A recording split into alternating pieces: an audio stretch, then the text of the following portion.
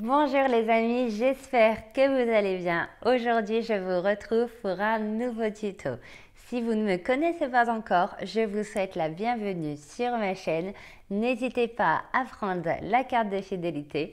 Pour prendre cette carte de fidélité, c'est très simple. Il vous suffit d'appuyer sur le bouton rouge s'abonner et d'activer la petite cloche juste à côté pour ne louper aucune vidéo. Ainsi, vous allez recevoir une notification.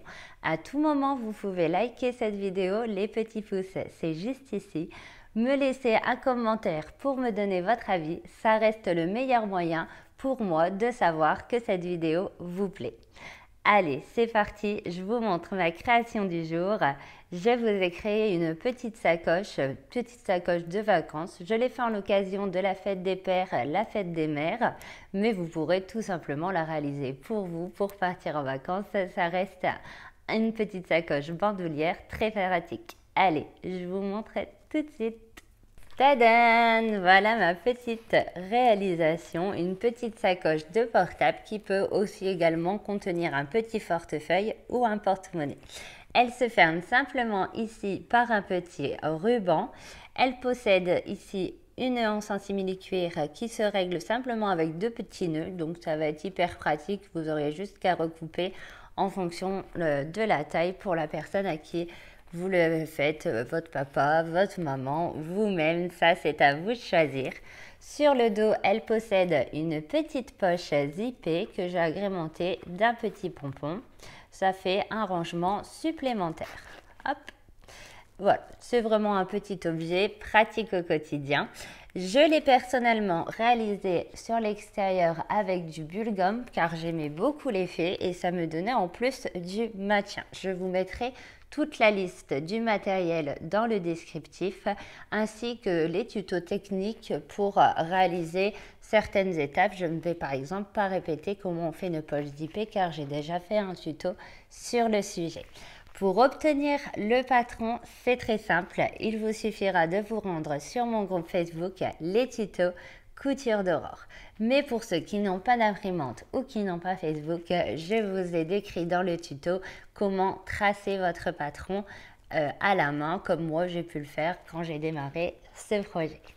Vous pourrez également, par exemple, réaliser ce projet en simili-cuir ou par exemple avec un coton matelassé. Vous pouvez aussi, le top du top, si vous avez du temps devant vous, matelasser un simili-cuir, ça pourra faire vraiment super classe. Et vous l'aurez compris, il vous suffira simplement de changer les matières pour faire la version homme.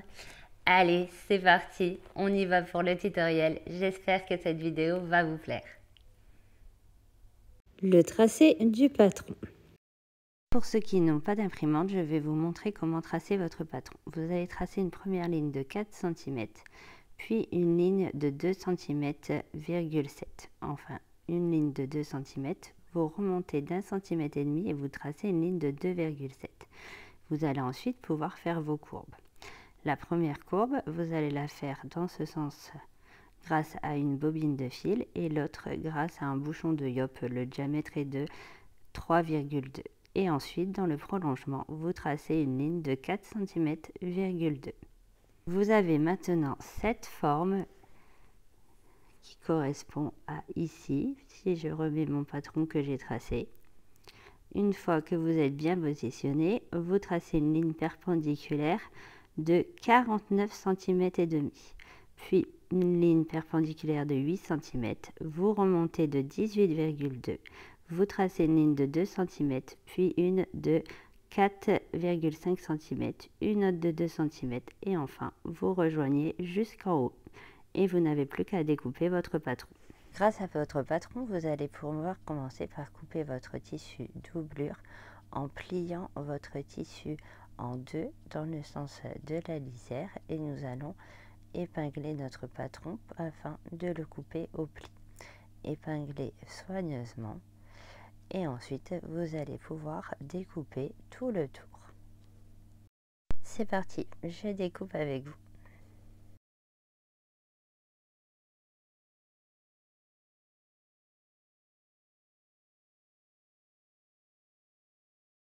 Le plus important, c'est vraiment de bien découper l'encoche car c'est elle qui va faire l'épaisseur de notre sacoche.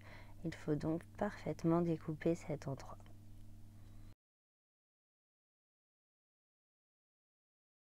Voilà le résultat obtenu une fois que j'enlève toutes mes épingles.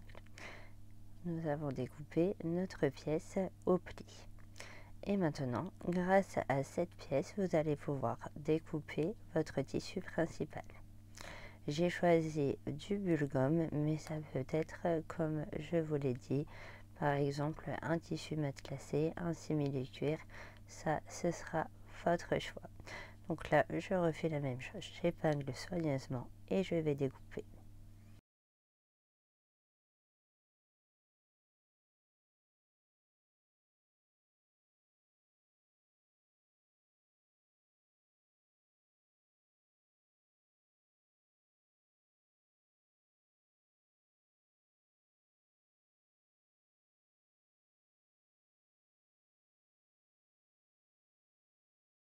Ensuite, nous allons créer la poche zippée.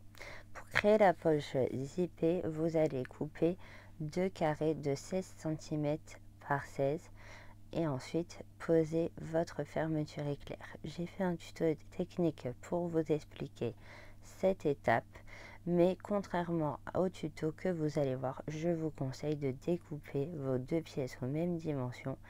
Et une fois que vous avez cousu votre fermeture éclair, simplement de recouper 1 cm sur le tour de votre deuxième pièce.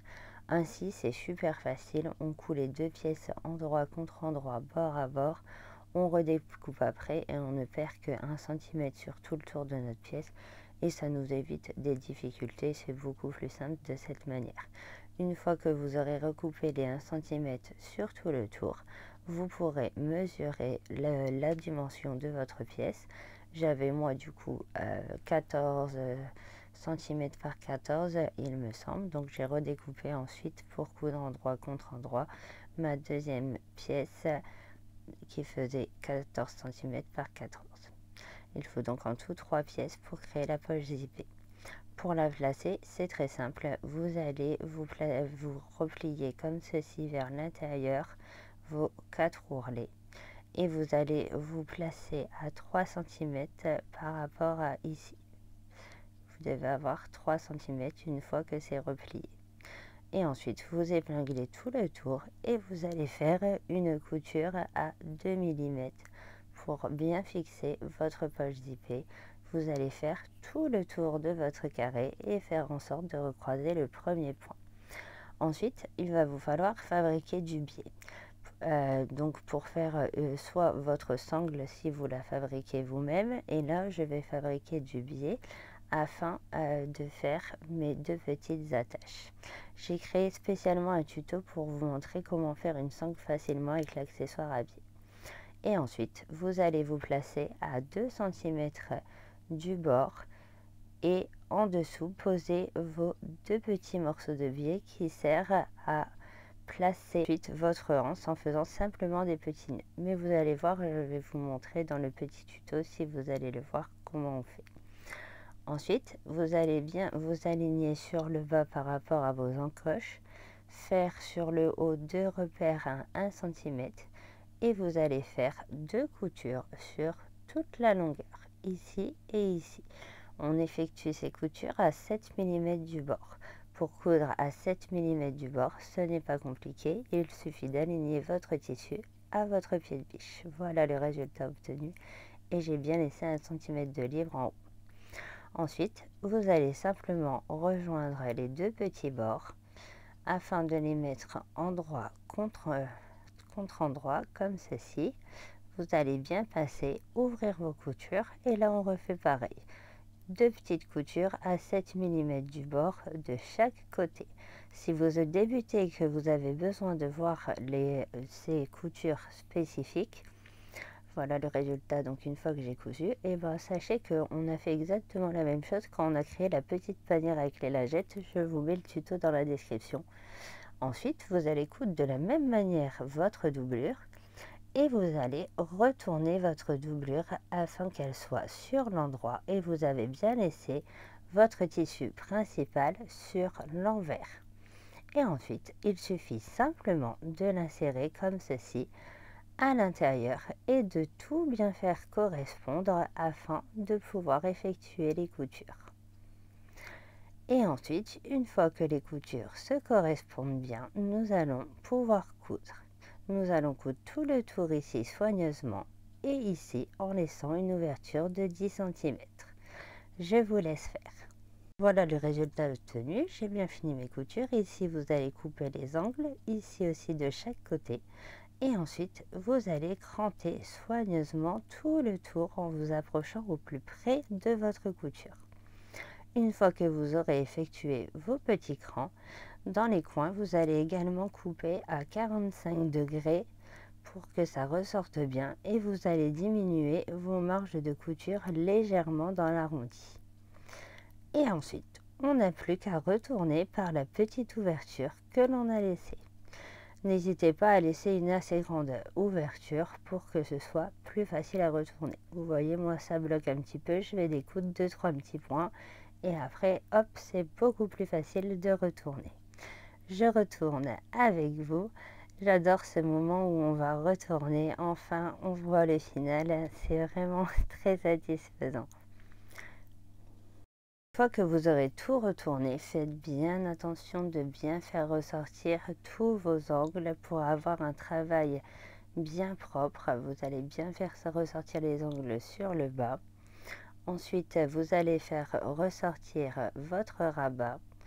Bien assister pour faire ressortir les ongles et il ne vous restera plus qu'à glisser votre doublure vers l'intérieur, la placer correctement sur le fond et une fois que cette étape sera finie, il ne vous restera plus qu'à faire une petite piqûre pour refermer l'ouverture.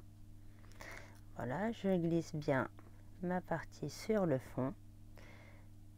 Et ensuite, cette dernière petite couture, c'est, on va dire, la plus difficile à faire. Quand vous avez des coutures comme ceci un peu compliquées à faire, n'hésitez pas à allonger votre point. Et voilà, on n'a plus qu'à refermer. Tadam! Et voilà les résultats une fois que vous avez fini de piquer pour refermer à 2 mm du bord. Cette couture reste la seule un peu difficile. Si votre machine n'aime pas les épaisseurs, n'hésitez pas à pousser légèrement pour aider votre tissu. Et il vous suffira maintenant simplement de faire vos petits nœuds à la taille souhaitée. Moi, je n'ai plus qu'à vous dire à bientôt pour un nouveau tuto. On n'oublie pas les petits pouces, un petit commentaire pour vous donner votre avis. Allez, je vous laisse. Bye bye.